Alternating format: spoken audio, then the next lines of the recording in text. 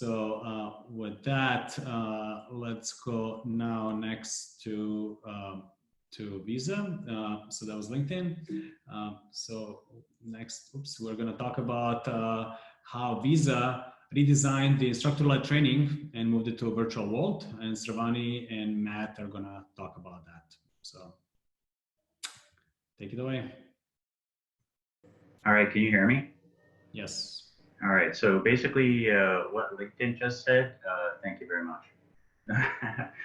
We have a lot of overlap. That was a terrific presentation, a tough act to follow, but we'll hopefully add a little bit of value here. All right, hi everyone, can you guys hear me okay? Perfect. So good to see some familiar faces. I'm Sravani, I'm the product owner for Tech Onboarding Solutions at Visa University. I was a software engineer turned L&D professional by way of an MBA at Boston University. I'm only 15 months young into L&D, but I've been selected as a candidate for learning under 30 last year. And again, super excited to be sharing one of my favorite projects at TechKnowCon today. And I'm Matt Peters. I'm what we call the Dean. I run the Tech College at Visa University. And since we do a lot of reverse mentoring and highly value that at Visa, you can get a sense of the information flow between Sravani and I and some of the power dynamics. So with that, Sravani, would you like to kick us off? Yeah, so this is a year-long onboarding journey dubbed Step Up. It's a multimodal learning experience that was designed specifically for new college grads in our technology organization. It was designed to build lifelong habits through a lot of face-to-face experiential components. But for the sake of this conversation, we'll highlight just a second element, which is the Step Up Bootcamp. It's a 5-day live program. It had vendor delivery involvement. There was a lot of table exercises, classroom activities, social impact modules, but also competition, intense collaboration to really focus on breaking down silos and working as one Visa. And while it wasn't the intent, the bootcamp actually produced incredible L4 results, including patents, trade secrets, and NPS scores. That next slide, please. There we go. That's what we're going to be talking about. So the ILT is basically, based on these 4 pillars that came out of a design thinking session with my managers and NCG alum. So these components, when pieced together, created a very robust cohort-based structure. So just to share a few examples of what they were doing in the classroom, we had NCGs build out payment flows, like payment ecosystem using Legos. There were mini little competitions to design laptop stickers. They were putting together care packages with writing utensils for underprivileged kids. But at the end of the week, each group was expected to present their technical project to a panel of executive judges who were usually at the VP and plus levels. Essentially, the NCGs had just 5 days to design, develop, and prototype a working proof of concept using our developer platform. And then the pandemic hit. Offices were closed and classroom learning was quite suddenly not an option. We canceled all the live classes basically within a 2-week time frame, including cohorts in the middle of a session. We also saw sudden guidance at the same time around vendor spend that forced us to very quickly reassess our solution. We needed to come up with something fast that didn't lose the key values of the original 5-day in-class experience. While we understand that converting an ILT to virtual IT is risky at best, we couldn't afford to reinvent from scratch using a learning objective approach. So what we did instead was to review the existing daily flow. And rather than diving into a slide-by-slide review, we first focused on culling the key value points from each segment of each day, imposing the constraints listed here, basically as a decision filter to figure out what we could reuse and what we needed to redesign. Our main constraints, as I mentioned, were our time to market had to be minimized, because we cut people off in the middle of learning, and this is onboarding. They don't have critical tools without it to do their jobs. We had suddenly reduced vendor budget. We have to assume no ILT for the foreseeable future. And we're at Visa, we're limited in the virtual platforms we can use because of security concerns with several of the most popular platforms. So that makes it a little tougher for us. The engagement and outcomes retained from the classroom experience, we really, as much as possible, had to minimize loss from going virtual. And that's that. So let's have you, Sravani, talk about what the outcome of this exercise was. Just want to make sure I was unmuted. So what you're seeing on the screen is really the outcome of that exercise Matt just spoke to, right? We took the 40-hour 5-day boot camp, modularized that into a 24-hour virtual one spread out over 2.5 weeks. So the 6 key value components that you're seeing circled still remain the same. There's still the continuous sprint cycles, the fitness piece, but there was a heavier emphasis on the communication skills that were embedded throughout the experience. And so for each of these 6, we leveraged the original content, but made some adjustments based on learning platform, virtual learner engagement, and the reality of the workstream that I'll speak to in a little bit. We actually discovered that this was a great time to leverage our digital campus and to have the learners hold themselves accountable for that fenced learning time. And a key part of that dry run that we did before the pilot was including several step-up alum from the live class to keep us honest on what that translated experience now looked like. So we talked about the what. Here's some specific examples of changes that we made to the virtual session. So there's multiple, but for the sake of this conversation, we'll stick to these 4. Platform engagement, learner engagement, that includes things like user agreements, data about the learners to modify the pace of the course, repurposing but not redesigning the ILT slides, and an instructional design effort that was used in converting some of the classroom experiences. So Matt talked about the platform as a major constraint. WebEx trainings for people who have never used it before has a steep learning curve. Right, so the problem is that there is already a curve for people new to the platform. So while we started with the learner engagement, we discovered that what we have to do is allow enough time for the learners to be transparent and assimilate themselves with the platform. So they're not asking questions like, how do I even do this, right? So we spent a solid 20 minutes on this slide for every single virtual course to get them engaged in using the platform. So having them use the raise hands, the checks, the annotation, the whole spiel, just to get them comfortable with the platform. We went clockwise around the slide to have them, again, pick out some of the engagement tools. And we made sure to use every single one of them in a diverse way to keep it, to kind of mix it up a little bit.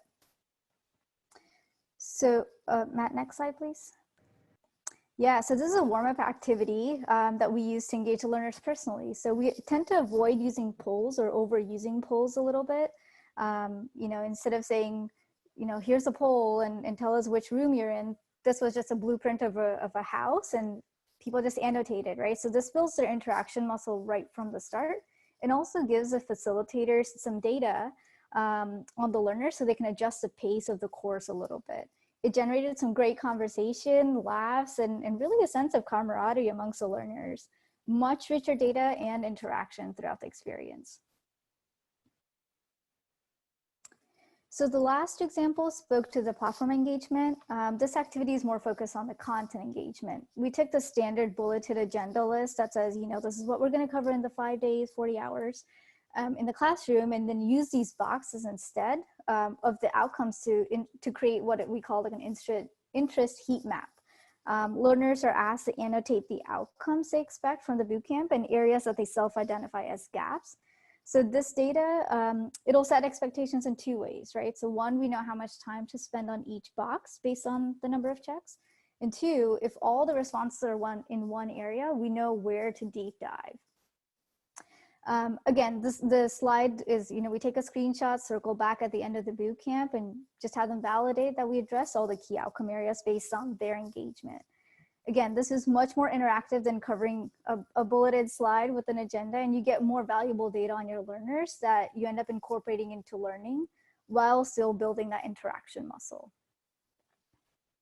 So here's another example, another principle for the how, really. So setting up user agreements. These housekeeping rules, we set them at the beginning of each session, the morning of each session, to create fence learning time. So, Skype statuses, out of office. Yes, we do this in the live class, but the flavor is just so much different in a virtual environment because there are higher chances of them being interrupted, right? So now there's more ownership of learning for the individual rather than what you see as high control in the classroom.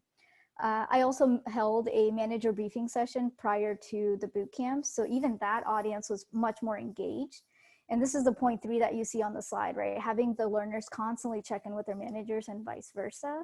So there's more of an accountability to ensure that they get what they need and have the aligned motivation to finish all the self-paced components on our digital campus. So this slide is an effort of how we converted without redesigning, right? In the classroom, it was mostly the facilitator saying, this is an epic, this is a feature, user stories, and just more talking than listening. So we used the same slide, and rather redesigning it, we did a simple build over multiple slides, and instead had the facilitator ask questions like, what is an epic? What is a feature?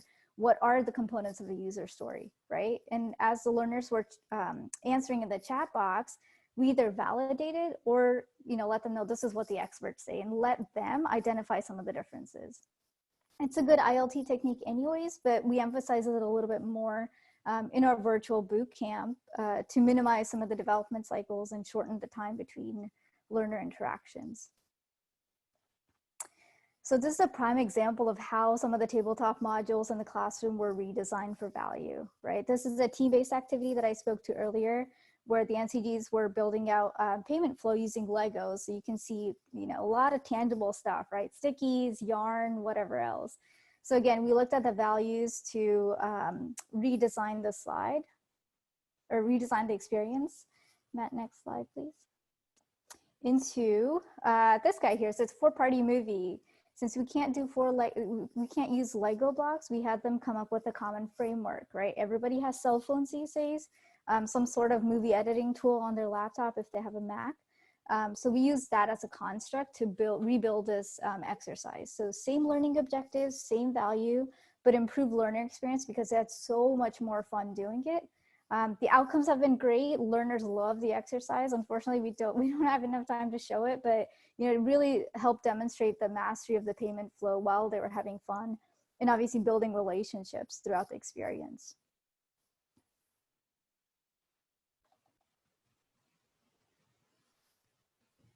There we go. Sorry about that. Okay, so just a few summary points here. While in general, we wouldn't encourage the audience to reuse ILT slides, in our case, since we had quick turnaround, we discovered that that technique of reusing the slides, but moving the instructor from delivery to inquiry actually provided a pretty effective way to drive both more frequent engagement and the outcomes of the slide. Focusing the exercises on interactions, we actually, when we designed it, we had to build the tool, the platform, into the exercises themselves. Like, how does WebEx use breakout rooms? For WebEx training, learners actually become the leads, so you have to deal with that, training certain members of your learner audience to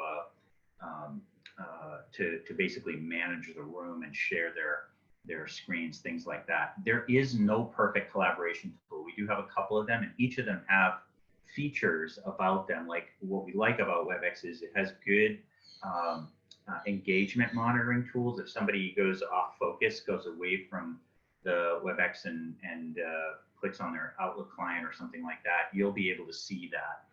And we can use that as a gauge to ask them, we'll pause and ask, hey, how's the pace of the class, or do we need a break, things like that. That's not something that we know about in the subset of tools that we have available in something like Microsoft Teams. And again, we can't use Zoom or Adobe Connect or platforms like that, because they all have security issues that don't meet Visa's standards.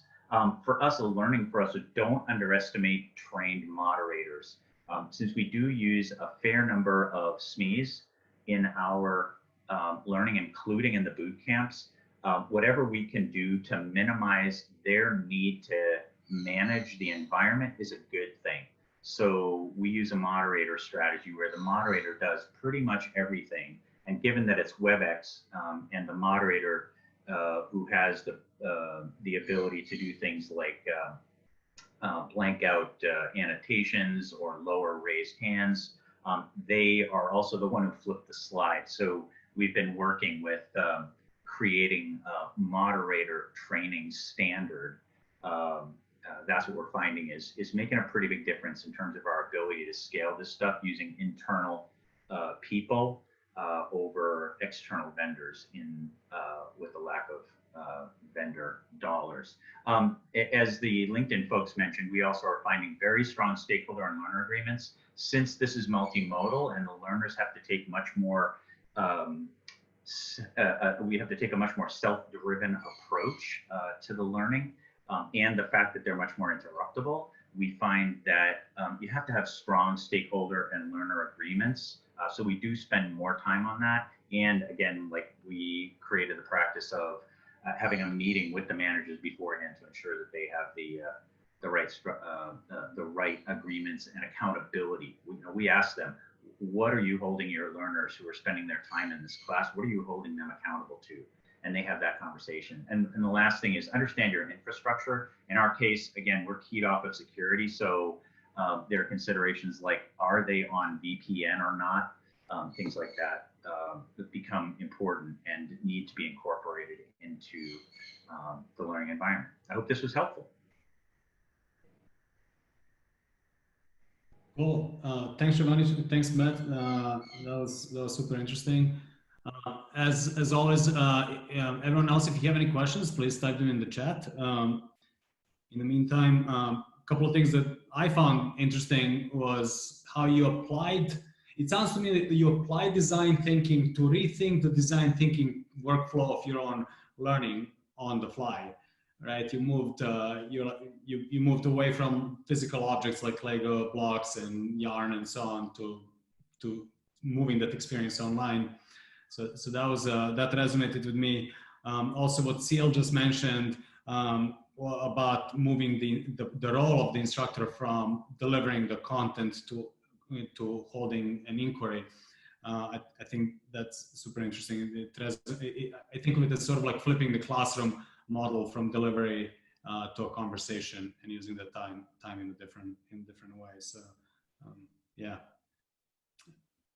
What they so until we there are no more questions. In terms of everything that you've done, what is the thing that you're most proud of? Is there like, you've done all these things in a record time and we're constrained by tools and etc. What is the one thing that you're the most proud of? Shravani, you want to take that one? Yeah, all I have to say was our VU team, actually, because this could not have been done without the help from from the rest of the VU folks. There were so many changes from the instructional designer piece, from the moderators, from the enablement team. We all really just worked together, keeping the learner experience in mind. There was not a single meeting that I attended where people did not ask, how does this impact the learner experience, right? And so just being really user-centric, I think makes a huge difference in the way the products are delivered to our clients. Got it. So that speaks back to that using the design thinking to rethink your design thinking. That's right. So, yep. Yeah, we haven't heard a lot of can't be done. I think part of what we're discovering is that people have this, are adopting this, hey, we have to adjust mindset and coping. It's almost like a coping mechanism. We're finding a lot of that. There isn't a lot of pushback.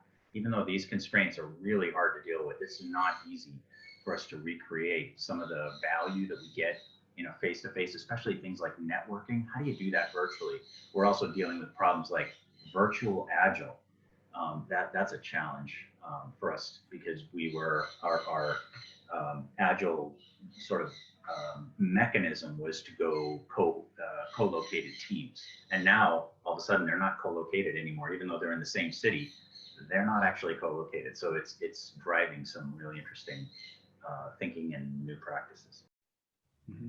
Got it. And Rajan, I just got a quick question. So in terms of like flipping this classroom and having instructors inquiring more, how was that done? Was that done in sort of like chat, one-on-one, verbal communication? Yeah, so I'll take that one, Sravani. So in general, we find that when we've used audio, it's really hard to control. Sometimes you'll get learners in a classroom who start talking. If they ask a question, they'll give the backstory behind the question. And it's really hard to interrupt someone in the middle and still keep the positive flow of the class. So we tend to minimize our use of audio, and we'll use the other mechanisms, chat, the raising hands, annotation. We also kind of minimize polling as well, because while that's interactive, there are better ways to poll than the polling mechanisms. We find that annotation is actually a really good alternative to polling. So we try it mostly. We're finding that even though we don't use audio, we still have a pretty engaged audience using the engagement mechanisms. Once they get over the fear of, wow, they're not talking, so they're not going to be engaged. Actually, we're finding that they are engaged. And also add one quick thing. So after each session, we collect pulse. We do like pulse checks with the learners, and we're quickly incorporating some of the feedback. And one thing that really stuck out was people saying, I don't know what the facilitator looked like. So we actually had our facilitator turn on his video. So it was almost like a real engagement experience where the teacher was right in front of the classroom, right? So that was a great way to put a name to the face and have people be even more engaged throughout the experience. Got it. Well, thank you, Sravani. Thank you, Matt. Great presentation. Love seeing how things are done at Visa and how the world in the changing world.